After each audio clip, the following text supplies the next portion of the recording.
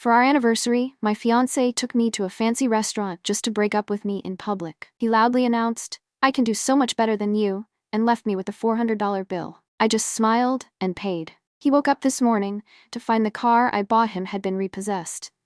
Hey everyone, we just started this channel to bring you stories you'll love listening to. If you like what you're hearing, please subscribe. It's just one click for you, but it helps us a lot to keep creating more. A restaurant reservation is a funny thing. It's not really a thing at all. It's just an idea, a promise of a future event. It's your name, held in a digital space linked to a specific time and a specific table. For weeks, the reservation for our 5-year anniversary sat on my calendar, a bright spot of hope. The Pearl, 8 p.m. It was the most exclusive, most expensive restaurant in the city, the kind of place you had to book months in advance. My fiancé Kevin had insisted on it. He said a milestone like ours deserved the best. I thought it was a sign, a promise, that things were about to get better. I had no idea it was just a reservation for my own execution. My name is Sarah, and for the past 5 years, I've been what you might call a financially responsible person. I'm an accountant. I find comfort in balanced budgets, in spreadsheets where everything adds up perfectly. I like security, planning, and knowing that there is a safety net. My fiancé Kevin was the exact opposite. He was a man who lived on promises and appearances. He worked in sales, and he was brilliant at it because he was selling the most convincing product he knew, himself. He dressed in designer clothes, he wore an expensive watch, and he drove a car that made people's heads turn. The problem was, it was all a carefully constructed image, and I was the one financing the construction. I loved him. I truly did. In the beginning, his big energy and his grand dreams were exciting. He made me feel like life wasn't just about numbers, but about possibilities. But over the years, I saw how his dreams always came with a price tag, one he expected me to pay. He would call my careful saving habits boring, and my budgeting restrictive. He wanted a lifestyle that he simply could not afford, and he saw my stable income and my responsible nature as a resource to be used.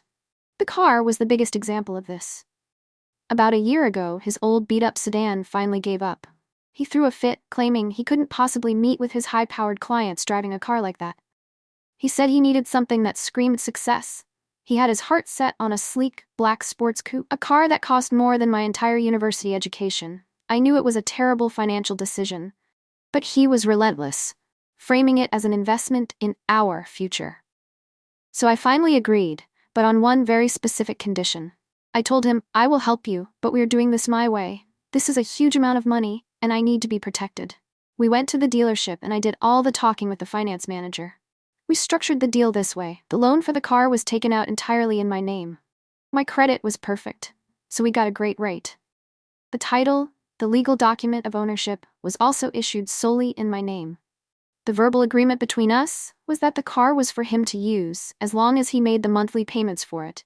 He would transfer me the money every month, and I would pay the bank. He was so excited about getting the car, so blinded by the shiny black paint and the smell of new leather, that he barely listened to the legal details.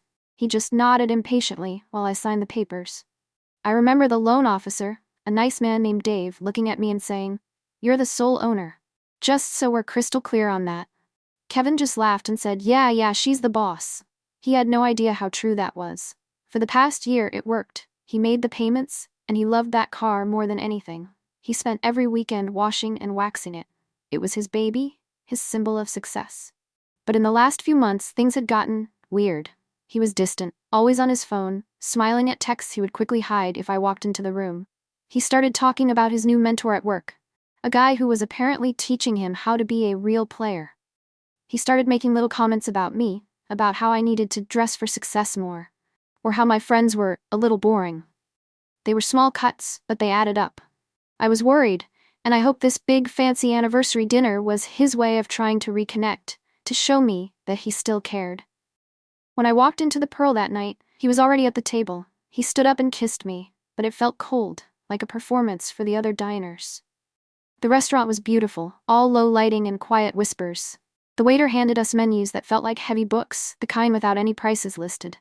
Kevin ordered for us, choosing the most expensive champagne, the seafood tower, the Wagyu steak. He was putting on a show, a grand display of the successful man he wanted everyone to believe he was. The conversation was stilted and strange. He talked entirely about himself, his big deals, his new connections, how his boss thought he was a genius. He didn't ask me about my day, my week, or my life once. He just talked, and I just nodded, a knot of dread tightening in my stomach with every course that arrived at our table. Finally, after the main course plates were cleared, he leaned back in his chair and looked at me. The charming smile was gone. It was replaced by a look of cold, clinical assessment. "Sarah," he began, his voice suddenly louder, carrying to the tables around us. "We need to talk. We've been together for 5 years, and it's been nice. Nice." He described 5 years of my life, my love, my financial support as nice. "But I'm moving on to bigger and better things," he continued, his voice gaining confidence. "I'm on a different level now, and I need a partner who is on that level with me. Someone who inspires me, someone who adds to my brand." I just stared at him, my wine glass frozen halfway to my lips. People at the next table had stopped talking and were openly listening. "And let's be honest," he said, his voice dripping with condescension. "You're just not that. You're safe, you're practical, you're boring." He let the words hang in the air, a public indictment of my character. "I can do so much better than you." The humiliation was a physical thing. I could feel my face burning, my ears ringing. He had brought me to the most beautiful restaurant in the city to perform the ugliest act I had ever witnessed. He stood up, threw his cloth napkin down on the table, a perfect gesture of disdain. "So, we're done. I wish you the best, I guess." He turned and walked away, not even looking back. He walked right out of the restaurant, leaving me sitting there alone, surrounded by the wreckage of our 5-year relationship, while the entire dining room stared at me with a mixture of pity and morbid curiosity. A moment later, the waiter approached my table, his expression deeply apologetic. He placed the leather bill folder gently in front of me. I opened it. The total was $427, the price of my own execution. And in that moment, something inside me shifted. The tears that were threatening to fall just evaporated. The burning shame was replaced by a sudden, shocking, ice-cold calm. He thought he had broken me. He thought he had left me with a bill I couldn't pay and a heart that was shattered. He was right about the heart part, but he was wrong about everything else. I looked at the bill. I thought about my spreadsheets, my savings accounts, my carefully planned financial safety net. I could pay this. It would hurt, but it wouldn't break me. He had meant for this bill to be a final insult, a final show of his power over me. But it wasn't. I looked up at the waiter, and I gave him a small, tight smile. I took out my credit card. "It's all right," I said, my voice clear and steady. "I'll take care of it." I paid the bill, even added a generous tip for the poor waiter who had to witness the whole disaster. I walked out of that restaurant with my head held high. The performance was over, and now my own show was about to begin. As I sat in the taxi on the way home, the ice in my veins started to spread. I called my best friend Emily. She answered on the first ring. "How was it?" she asked, her voice full of hope.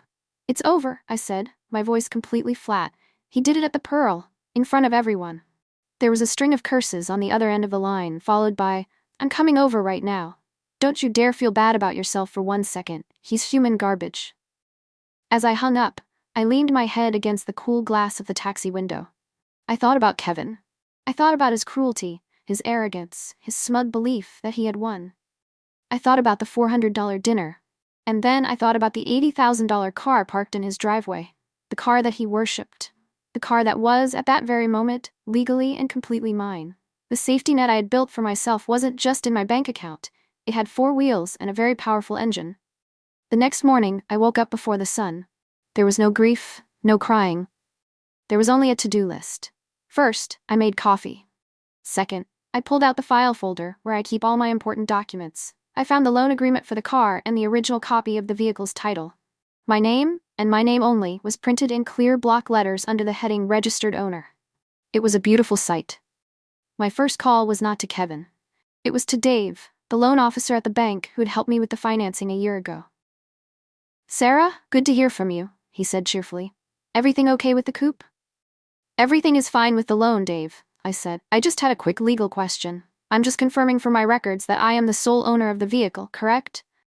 The loan and the title are exclusively in my name?" I could hear him typing on his keyboard. "Yup," he confirmed. 100% yours. Your ex-fiancé Kevin. His name isn't on any of the legal paperwork. You hold all the cards." "That's what I thought," I said. "Thank you, Dave. You've been very helpful." My second call was to a local repossession company. The man who answered had a gruff, no-nonsense voice. "Hello, I need to arrange for a vehicle recovery," I said, my voice pure business. "Okay, ma'am. Is the loan in default?" he asked. No, the loan is in perfect standing because I'm the one who pays it, I explained. I am the legal owner of the vehicle, and the person who is currently in possession of it is no longer authorized to use it. I have the title and the loan documents in my name to prove ownership. There was a pause on the other end. Well, that's straightforward, the man said. If you're the legal owner, it's not a repossession. It's just you hiring us to retrieve your property. We can do that. We just need copies of your ID and the title. We can have it back in your possession by morning. We arranged the details. I emailed him the documents. He quoted me a price, which I was more than happy to pay. It was a fraction of the cost of that miserable dinner. He told me his team was discreet and worked overnight. The rest of the day was spent on what I like to call life administration. I called a locksmith and had the locks on my apartment changed. I went through all my online accounts, banking, utilities, streaming services, and changed every single password, removing his name from anything we shared. I packed every single thing he owned into black trash bags. His designer clothes, his ridiculously oversized watch, his collection of colognes that all smelled the same. It was a cleansing ritual. With each item I packed, I felt a little bit lighter. Emily came over that evening with pizza and a bottle of wine. We sat on my living room floor, surrounded by the trash bags of Kevin's life. I told her about the phone calls I had made. Her eyes went wide. You didn't, she whispered, a slow, delighted grin spreading across her face. You are my hero, my absolute spreadsheet-loving hero. We spent the next hour laughing, imagining the look on his face when he woke up to an empty driveway. We toasted to my foresight, to the fact that my boring and practical nature was about to deliver the most satisfying moment of my life. I went to bed that night feeling a sense of peace I hadn't felt in months. The trap was set. All I had to do was wait for the sun to rise. My phone started ringing at 6:30 in the morning. It was a number I didn't recognize, but I knew who it was. The repossession company. Ma'am, just wanted to let you know we have your vehicle.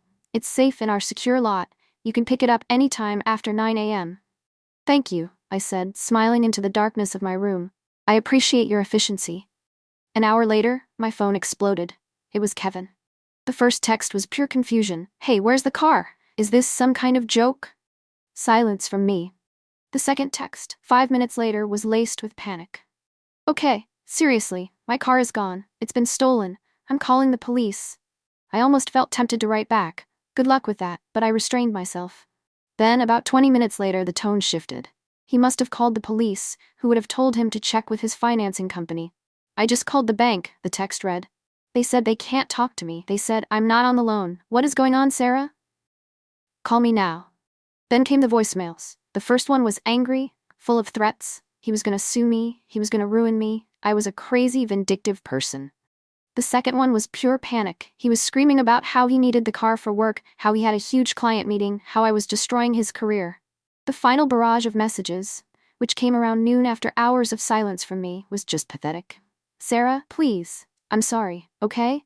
I'm so sorry about what I said at the restaurant. I was an idiot. I was trying to look cool. Please, I'll do anything. I'll pay you back for the dinner. I'll pay for the car. Just tell me where it is, please. He showed up at my door that evening. He looked like he had been through a war. His perfect hair was a mess. His expensive suit was wrinkled. He must have taken the bus. He started banging on the door. Sarah, I know you're in there. We need to talk. I opened the door just a crack, the new security chain still in place. There's nothing to talk about, Kevin, I said calmly. My car, he yelled. Where is my car? You can't just steal my car. I actually laughed. A small, quiet laugh. That's where you're wrong, I said, my voice as calm as a frozen lake. It was never your car. It was my car. Check the title. It was my asset that I was generously letting you use while you paid me back for the privilege. But then you decided to publicly humiliate me and end our engagement. I considered that a major breach of our contract. We didn't have a contract, he sputtered. Our entire relationship was a contract, Kevin, I said. And you violated the terms. The car was my security deposit, and you, my friend, were a terrible tenant, so I have evicted you from my property. He just stared at me, his mouth opening and closing like a fish. The gears were turning. He was finally understanding the fine print he had ignored for so long. So please, I said, my voice dropping to a whisper, go be so much better than me, somewhere else. I closed the door, slid the deadbolt into place, and walked away. I could hear him yelling on the other side for a few more minutes, but eventually, he gave up. It has been 3 months. I picked up the car from the repossession lot, had it professionally detailed to get the scent of his cologne out of it, and I sold it. I sold it for a very good price. I paid off the entire bank loan in one lump sum, and I put the remaining $20,000 into a high-yield investment account. My spreadsheet has never looked more beautiful. Emily sent me a screenshot from Kevin's social media last week. He was posing for a selfie on a city bus. The caption was, #humble beginnings, the grind never stops. He had lost his big sales job. Apparently showing up to client meetings on a bus wasn't the image of success his company wanted. He had moved into a tiny apartment with a roommate. I looked at the picture of him trying to look brave and optimistic on that bus, and I didn't feel anger or even satisfaction. I just felt nothing. He was just a bad number in a spreadsheet that I had finally corrected. The books were balanced, and I was finally free.